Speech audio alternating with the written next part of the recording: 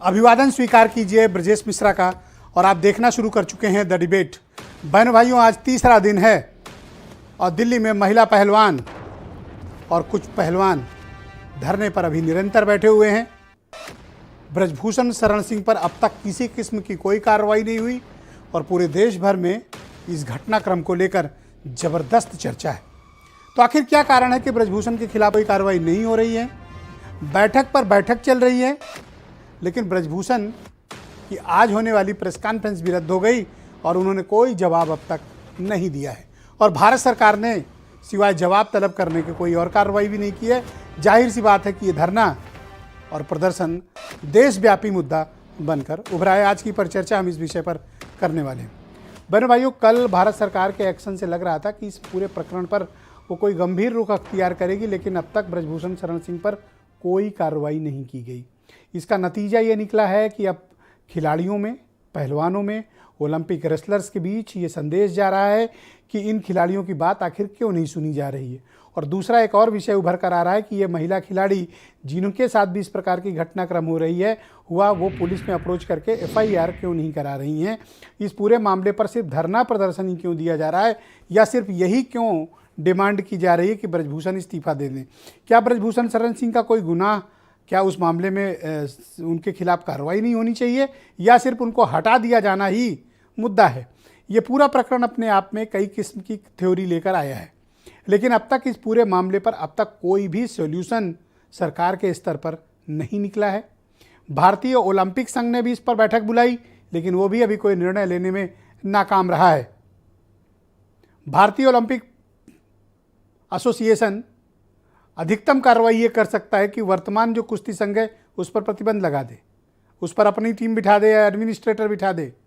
भारतीय ओलंपिक संघ के पास ऐसा करने का अधिकार है कि ओलंपिक के लिए इस एसोसिएशन को प्रतिबंधित करके एक प्रशासक बिठा के इन पहलवानों को अलग से सिलेक्शन करें ओलंपिक के लिए। लेकिन ब्रजभूषण शरण सिंह की तरफ से इस पूरे प्रकरण पर अब तक, आज उनकी जो प्रेस कॉन्फ्रेंस थी, आज पहले हुआ कि 12 बजे वो प्रेस कॉन्फ्रेंस करेंगे। तमाम उन्होंने खिलाड़ी भी जमा किए गोंडा में, मीडिया भी उनके पीछे पीछे भागा। फिर यह तय हुआ कि 4 बजे प्रेस कॉन्फ्रेंस करेंगे, लेकिन ब्रजभूषण 4 बजे भी कैमरे का सामना नहीं किया। लेकिन पासिंग रेफरेंस में उन्होंने मीडिया वालों के बीच कहा कि अगर मैं मुंह खोल दूंगा तो सुनामी आ जाएगी। तो क्या है ऐसा ब्रजभूषण शरण सिंह के पास जिससे के चलते वो सबको धमका रहे हैं कि वो मुंह खोल देंगे तो सुनामी आ जाएगी? आखिर क्या है उनके पास? कुछ बहुत धमाकेदार, कुछ बहुत सेंसेशनल, या फिर वो एग्रेसिव पोस्चरिंग करके सरकार को दबाव में लेना चाहते हैं? अब तक सरकार उनके दबाव में है ऐसा प्रतीत हो रहा है, क्योंकि उन पर कोई कार्रवाई अब तक हुई नहीं। सरकार ने सिर्फ एक नोटिस जारी करके जवाब तलब किया था, जैसा कि उनके बेटे प्रतीक भूषण ने दिल्ली में मीडिया से कहा, जवाब भेज दिया गया। और इसी बीच एक और डेवलपमेंट होता है कि भारतीय कुश्ती संघ की अयोध्या में बैठक बुला ली गई है। कहां?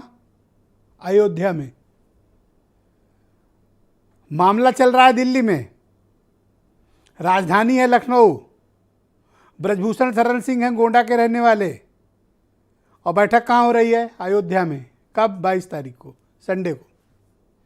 कह रहे कार्यकारिणी जो निर्णय लेगी वो किसी की दया या किसी के मोहताज नहीं है कि उन्हें अध्यक्ष बनाया गया, अपनी मेरिट पर बने हैं, सिलेक्ट होकर बने हैं। तो क्या वाकई में भारत सरकार दबाव में है ब्रजभूषण शरण सिंह के मुद्दे पर? क्या इन बेटियों को न्याय नहीं मिलेगा? और ये बेटियां पुलिस का रुख क्यों नहीं कर रही हैं? कार्रवाई क्यों नहीं हो रही है? ये सब कुछ आपस में दंगल में उलझ गया है। वजह क्या है? ये खेलों में चल रही डर्टी पॉलिटिक्स का खामियाजा कौन से लोग भुगत रहे हैं? खिलाड़ी। आज भी मैं कई जगह खबरें देख रहा था कि कई जगह जहाँ पर नेशनल कैंप्स लगे थे, नेशनल स्पोर्ट्स की एक्टिविटीज़ हो रही थी, वहाँ बड़ी तादाद में पुरुष और महिला पहलवानों ने खेल छोड़ दिया। क्यों? प्रोटेस्ट में। कि जब हमारे स्टार प्लेयर्स, जो हमारे आइकॉन हैं, जिन्हें देखकर हम पहलवानी के, रेसलिंग के गेम में आए हैं, अगर उनकी ये दुर्दशा और ऐसी हालत है तो हम क्या करेंगे वहाँ? बात सही भी है। तो आज बहुत से खिलाड़ियों ने गेम से खुद को अलग किया, कैंप से खुद को अलग किया, और ये राष्ट्रीय चिंता का विषय है, क्योंकि ये जो घटनाएं हो रही हैं लोगों के घर परिवार में चर्चा हो रही है। अब कौन अपनी बेटियों को रेसलिंग में या स्पोर्ट्स में भेजेगा जब ऐसी परिस्थिति विद्यमान हो? जब इस कदर ताकतवर नेता और सत्ता के गुरूर में ऐसे खेल पदाधिकारी हों तो कौन अपनी बेटियों को यहाँ भेजना चाहेगा? निश्चित तौर पर यह विचार का प्रश्न है और सभी परिवारों में इसको लेकर चर्चा हो रही है। और कार्रवाई न किया जाना बहनों भाइयों, ये बहुत विचलित करता है। कुछ घटनाएं ऐसी होती हैं जिसमें हमें एक्शन लेना ही पड़ता है। और मैं तो उन लोगों से भी कहना चाहता हूं जो हर आरोपों पर दूसरों को ये कहते हैं जांच करा लो, अगर निर्दोष हो गए तो सामने आ जाएगा। तो इनकी जांच क्यों नहीं हो रही है? ये भी जांच करा लें, निर्दोष हो तो सामने आ जाएगा। जांच से क्यों परहेज कर रहे हैं? दाल में कुछ काला है क्या? जांच से परहेज करना इसका मतलब कुछ तो है। तो जब दूसरों की जांच में जो लोग बहुत दिलचस्पी लेते हैं, मैंने कल भी ये बात कही, वो अब अपनी जांच से क्यों भाग रहे हैं? करा लो जांच, निर्दोष हो गए निष्कलंक निकलो, मुस्कुराते हुए निकलना कि हम पर जो आरोप लगाए गए थे निराधार थे, असत्य थे। तो जांच कराने से परहेज बिल्कुल नहीं होना चाहिए। बेटियों को इंसाफ मिलना चाहिए, मसला इस बात का है और इस बात पर हमें फोकस भी करना चाहिए। खिलाड़ियों के साथ जो कुछ भी हुआ है यह भी अत्यधिक चिंताजनक है।